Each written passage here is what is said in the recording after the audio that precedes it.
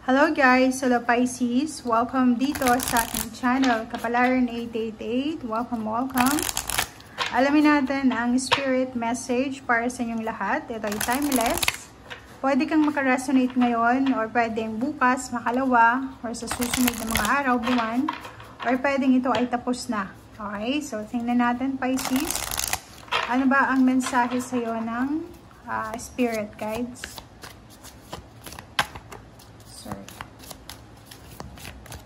Okay. Pisces. First 3 cards natin is number 40, rediscover your seal, keeping it in check. Number 8, yan yung mga significant numbers mo. And number 46, 610 to. Okay. So, unang barahan natin is 40, but dito natin simulan sa number 46 sa 10.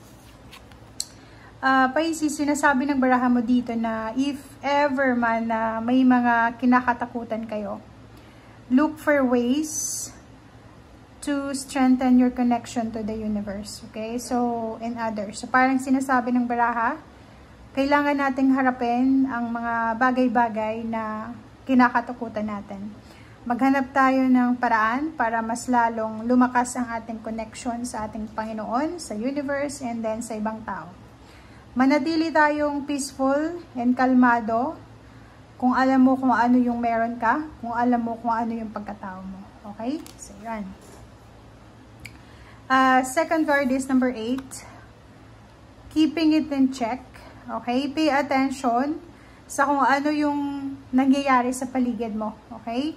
So, posibleng masyado tayong nagiging aggressive or masyado tayong nagiging mahina, mabilis, parang ganun. So, kung nasan ka man dito sa actions na to na masyado kang nagmamadali or masyado kang mabagal, dito sinasabi ng barahan na kailangan mong i-double check yan sa, lalo na sa mga ginagawa nating actions. Okay? Okay, and last card natin dito sa isang tarot deck na to is rediscover your zeal. Okay, so ganun din. Sinasabi sa iyo Pisces na pay attention sa kung ano yung nagbibigay sa iyo ng interest sa buhay. Okay, for example, yung mga nangyayari sa buhay mo everyday, yung mga nadidiscover mo, yung mga natututunan mo, yung mga bagay-bagay na nakukuha mo. Like for example, kung nagta-travel ka, or sa trabaho mo, or sa relationship, kailangan mo daw na alamin kung ano talaga yung pwedeng magbigay sa'yo ng tamang excitement, or yung talagang saan ka ba excited talaga. Okay? So, yun. Okay, Pisces. Kumuha pa tayo dito ng isang card. Oh, sorry.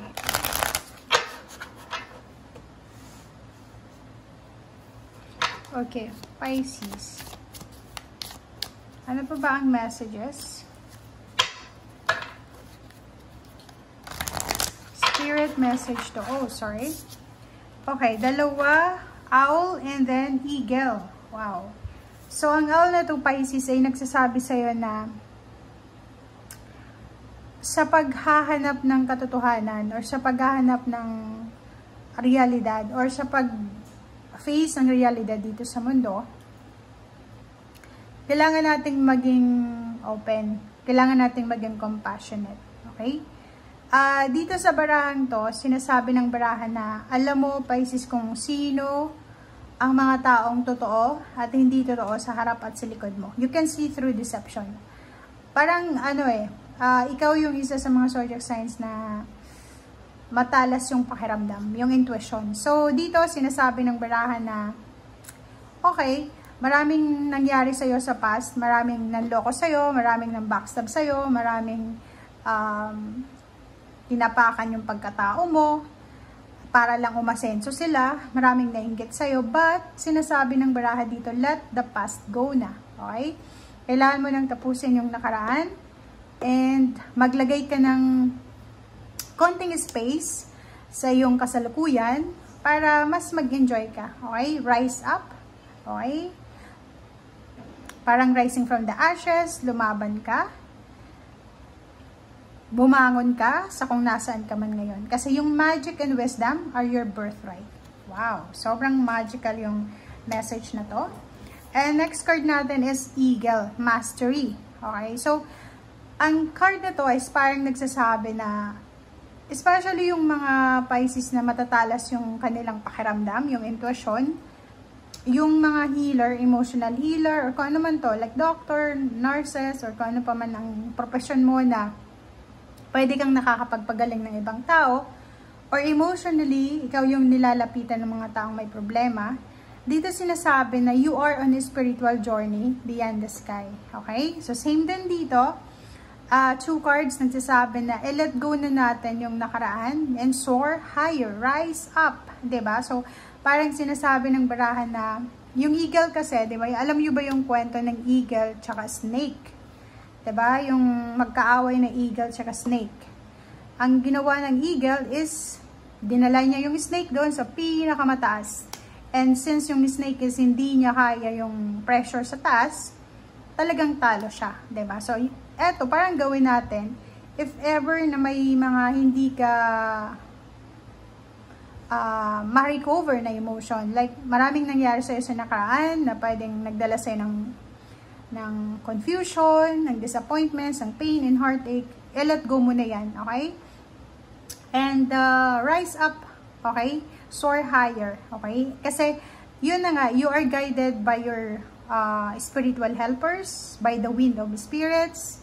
And yun nga, since dalawa yung baraha mo na nagsasabi dito na your wisdom and magic, or parang ikaw, it's a magical creature ka na pwedeng isa ka sa inspiration ng mundo. So, hindi mo yun napapansin, pero maraming tao yung pwedeng nang babackstab sa'yo, nagagalit sa'yo, but marami din ng tao na na-inspire sa'yo. So, doon ka lang sa mga taong na-inspire sa'yo. Okay? Doon sa mga taong hindi maganda yung pakikitungo sa'yo, or yung mga taong pinakitaan mo ng maganda, masama yung binalik sa'yo. So, move on. Move on, let go, rise up, and soar higher. Okay.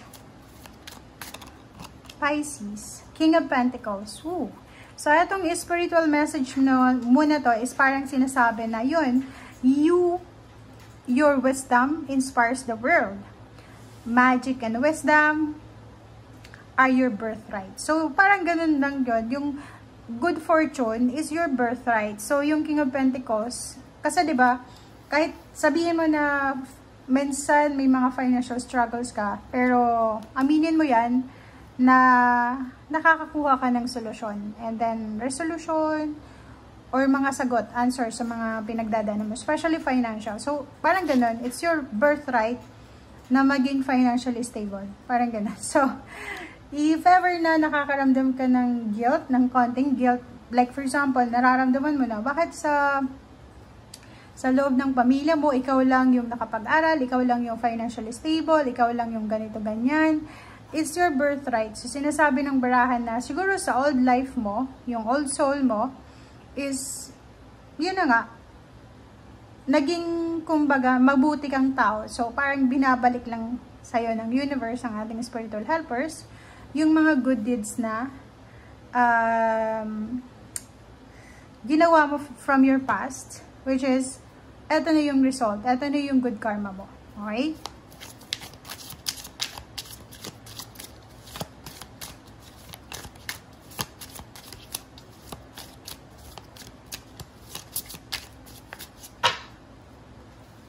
Okay. So, meron ka ditong reverse. Reverse na 6 of Pentacles and then 9 of Swords. So, etong sinasabi ng barahan na to is parang yung restrictions, wala na. 'Di ba? Yung restrictions tungkol sa pera, tungkol sa balancing pera, wala na. 'Di ba? Parang sinasabi ng barahan na siguro for almost 10 years, 15 years, 20 years, marami kang napagdaanan na financial struggles, diba? Sobra kang dumaan sa scarcity. And then ngayon, sinasabi ng Spirit sa'yo na huwag kang masyadong mag-alala. Yun nga, face your fears Dahil yung King of Pentacles is nasa iyo na. Okay? So, pabor sa'yo yung universe, yung right timing ito para mas lalo mong ma-enjoy yung buhay dito sa mundo. So, etong mga distractions, rejection, restrictions, wala na sila. Reverse na eh, diba? Reverse na yung Nine of Swords. Reverse na yung sleepless nights. Reverse na yung insomniatic na Pisces, yung depressed, yung sobrang anxiety na nararamdaman dahil walang pera, dahil walang kaibigan, dahil walang pamilya.